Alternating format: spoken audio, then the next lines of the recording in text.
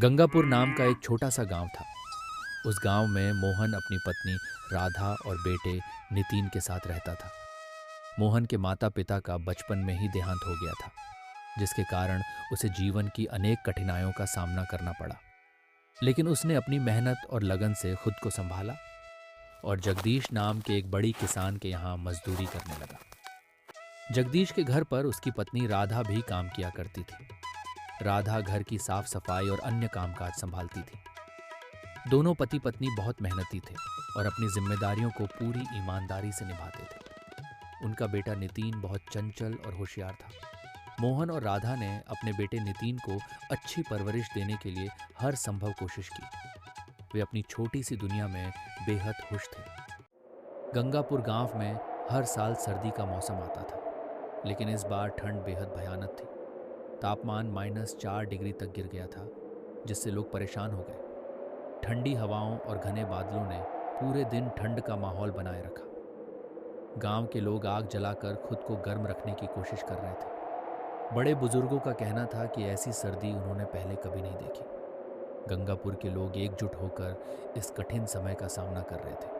हाय भगवान, ये कैसी ठंड पड़ रही है। इतनी ठंड में तो घर से निकलना भी मुश्किल हो गया है।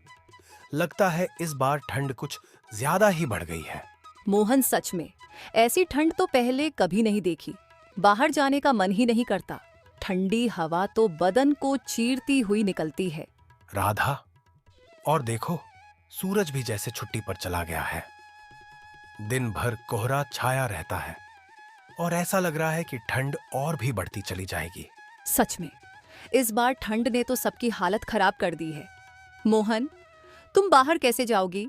इतनी ठंडी हवा में तो सांस लेना भी मुश्किल हो रहा है। क्या करे राधा, काम तो करना ही पड़ेगा। सेठ जी को कोई फर्क नहीं पड़ता कि ठंड कितनी है। उन्हें तो बस काम समय पर चाहिए। अच्छा, मैं चलता हूं, नहीं तो सेठ जी फिर से गुस्सा हो जाएंगे। इतना बोलकर मोहन सेठ जी के यहाँ चला जाता है। बेटा, तुम्हारे पिता तो काम पर चले गए और अब मुझे भी काम पर जाना है।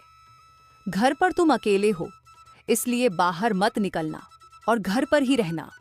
मैंने तुम्हारे लिए खाना बना दिया है। तुम जब भूख महसूस करो तो खाना खा लेना। सेठ की नजर जैसे ही राधा पर पड़ती है, वह राधा से बोलता है। अरे राधा, तुम इतनी देर से क्यों आई?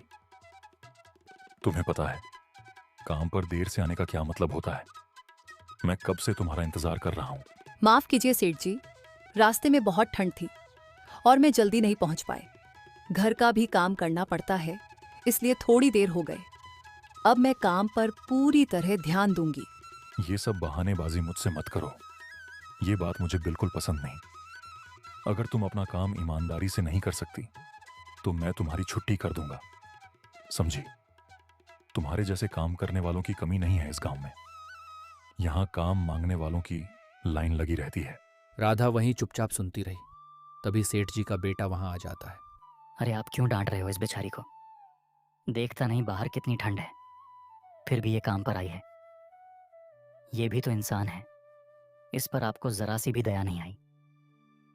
अरे तुम लोग समझते नहीं हो, भगवान ये लोग हमारे फायदे उठाते हैं। अगर जरा सा भी डील दे दो तो ये सर पर चढ़ जाएंगे। राधा चुपचाप सब सुनती रहती है और सिर झुका लेती है।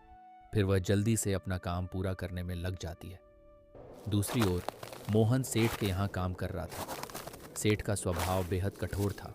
वह अपने मजदूरों से दिन रात कठिन काम कराता और उनकी हर गतिविधि पर नजर रखता था। मोहन काम सही से कर रहा है कि नहीं, या ठंड के मारे सुस्त पड़ा है? नहीं सेठ जी, मैं तो अपना काम पूरी ईमानदारी से कर रहा हूं। देखिए, मैं मेहनत कर रहा हूं। मोहन, मुझे कोई बहानेबाजी नहीं चाहिए। शाम तक काम पूरा होना चाहिए, वरना तेरी पगार से पैसे काट लूंगा। ठंड के मारे मोहन के हाथ और पैर सुन्न हो गए थे, लेकिन वह काम करता जा रहा था क्योंकि उसे अपने बेटे की चिंता थी। वह जल्दी से काम खत्म कर घर जाने की सोच रहा था, लेकिन जमींदार ने उसे रोक लिया।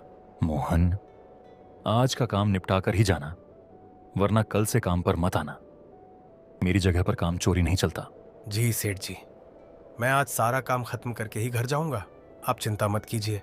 मोहन ने मन ही मन सेठ को कोस रहा था, लेकिन वह कुछ कहने की हिम्मत नहीं जुटा पा रहा था। उसकी मजबूरी ने उसे चुप कराकर रखा था। इधर गंगापुर गांव में ठंड अपने चरम पर थी। गांव के लोग ठंड से कांपते हुए अपने अपने घरों में छुपके हुए थे। अलाव जलाना भी मुश्किल हो गया था क्योंकि सूखी लकड़ियों की कमी हो गई थी। गरीब परिवार तो और भी ज़्यादा परेशान थे। वे 2 वक्त की रोटी भी नहीं जुटा पा रहे थे। गांव का बैठक, जहां आम दिनों में लोग बैठकर बातें किया करते थे, अब सुनसान पड़ा था। गांव का बुजुर्ग पप्पू काका, जो अक्सर गांव वालों को इकट्ठा कर कोई ना कोई उपाय बताता, इस बार भी बैठक पर पहुंचा। उसने 4-5 लोगों को इकट्ठा करके कहा,